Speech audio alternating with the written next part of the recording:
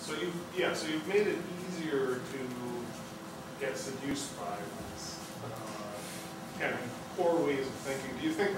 I'm just trying to speculate on ways that you could address that problem. As you make information easier and easier to collect, and more information comes in, it seems to be becoming a bigger problem. Do you think there's directions you could explore? Well, one idea for that is to, actually one of my visions for the dashboard is that there would be a community around it, right, where they can share, oh, here's what I saw in my data. Can you take a look at it?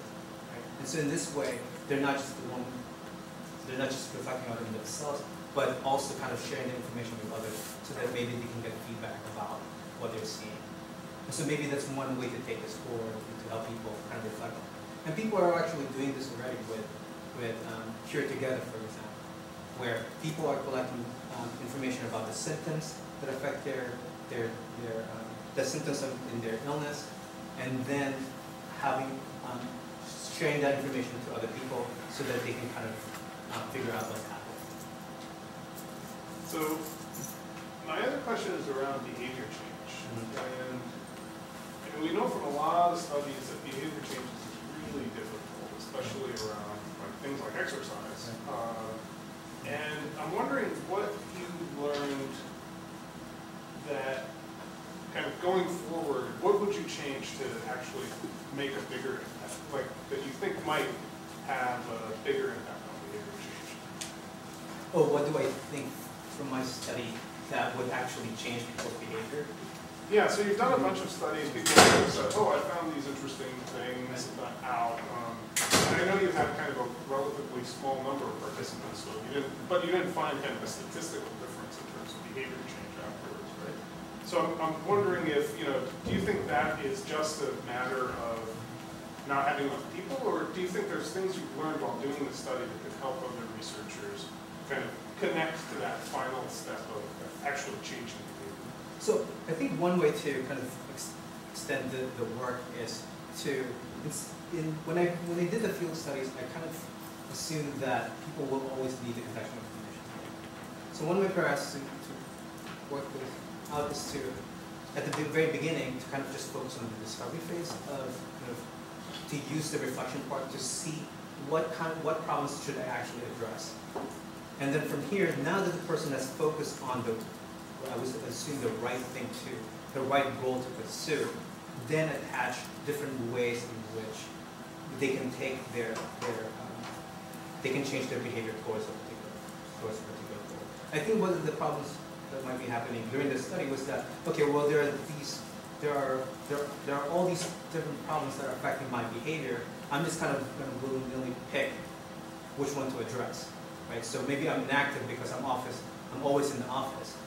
But maybe the actual problem is because I watch too much TV. So I think with improving the reflection, they can see, oh, it's actually the TV part.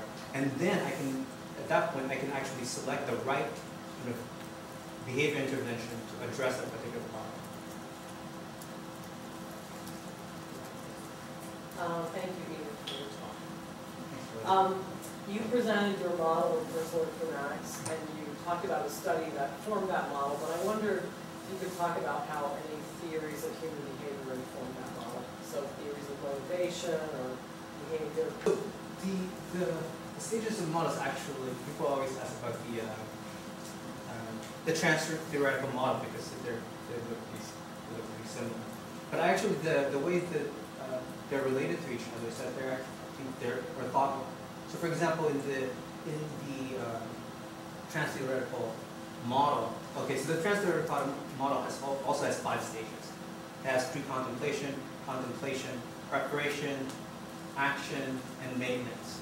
Okay, this describes what people's kind of motivation to change their behavior.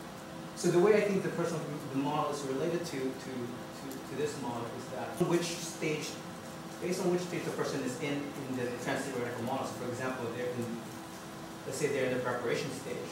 The way that you should support collection, integration, and reflection would change based on that.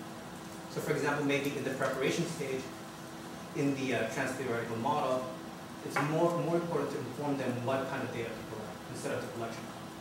So, sorry. I'm sorry, so would you kind of say that the trans-theoretical change model is descriptive and then your model is generative? So the trans-theoretical model describes the person, whereas my model describes the different kinds of support that you provide in a personal informatics system. So it's not that it doesn't describe the person, it describes the system. And so based on the description of the person in the trans-theoretical model, then you would change the support that you provide in the personal informatics system. So let's say you're going to work on this for the rest of your life. Yeah. What do you think the interesting research topics would be here in 5 or 10 years? So in 5 or 10 years. So I think the next step, is the discussion that Nikki asked, which is how do we go for looking at behavior change? And I think when I did this work, I was actually trying to go for the behavior change. But every time we hit this problem that people are having problems with their collection part, and they're having problems with their reflection part, right? And that had an effect on how they're changing their behavior. And so I thought, okay, if these earlier problems are affecting this part, why don't we try to fix these problems?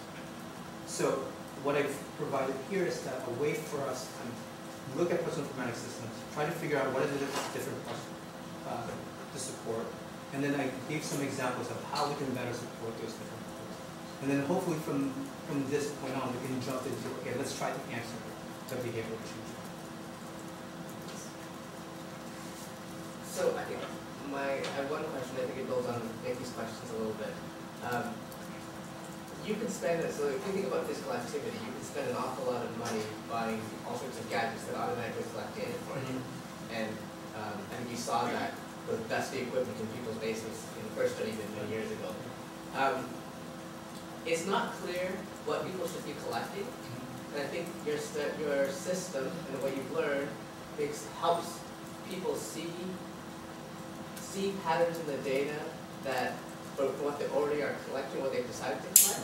But there's nothing about what they should be collecting. So I'm kind of curious about what role domain knowledge has.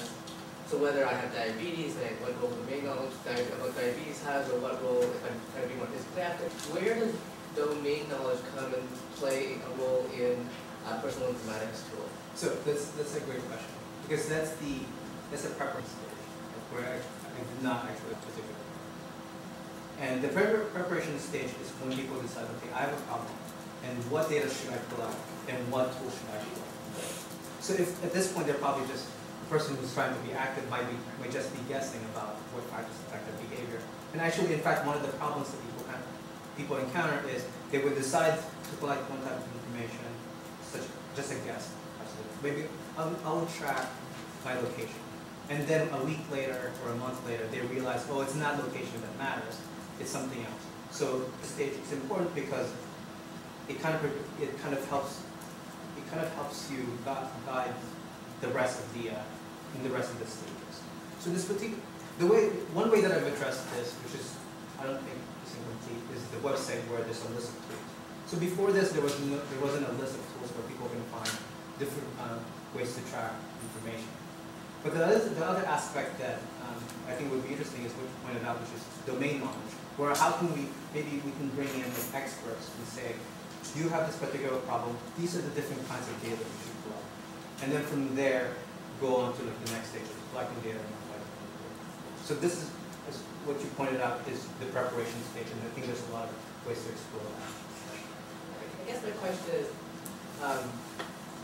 do you feel that that kind of information is a necessary part of a personal informatics tool?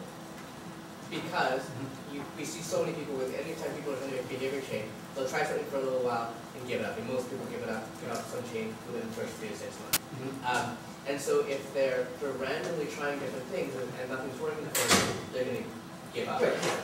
So do you feel like it has to be a part of any final personal informatics tool?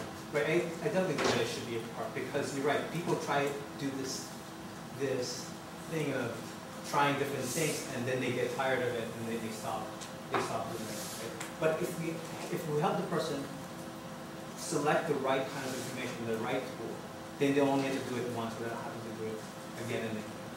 And so I definitely think that like the preparation part, supporting the preparation part would be an important aspect of informatics. And there are multiple ways to do this. And I think one example is the website I just provided, but another one is a community that surrounds personal informatics tools or a particular domain. For example, Cure Together, where people are talking about symptoms in their illness, and then maybe they can share, okay, maybe you should collect this type of data because this is what's happening to you. Thank you. We'll open up to questions from the audience. Thanks, Ian. Data collection is a huge problem, and automated data collection might be something that's as Ian pointed out. You can buy all these fancy instruments. Ways of engaging users in collecting the data. Did you figure other aspects that might entice the user to collect the data? Right. So, so the question was, how can we motivate people to kind of keep using a particular tool? So there are different reasons why a person would stop using a device. So one example, one reason might be after they use the device, they've learned everything that they needed to learn from the device, so they stop using it. So this is kind of the transition from the discovery phase to the maintenance phase. But then there's this other aspect of, okay, the system is too hard to use, I'm not seeing any benefit from it. And also one of the hard things about personal informatics is that you're collecting data, but the value of the data doesn't become apparent until maybe a week later or a month later. So you have to kind of invest a lot of time and effort at the beginning. And so maybe one way to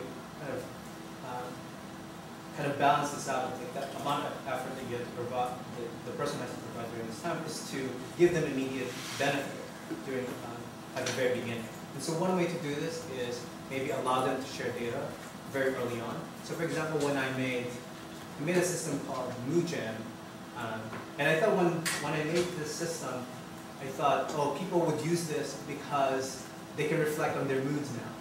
Okay? But when I talked to people, the reason why they used it initially was so that they can share their mood information with others. Okay? And then only later on, once they collect the data over a week or a month, the reflection part become useful. Another way that that collection could be supported is, which is kind of trendy right now, is but I haven't actually explored that one, so I don't have much to say. But I think that's an interesting direction to take, collecting data. Thanks. Other questions?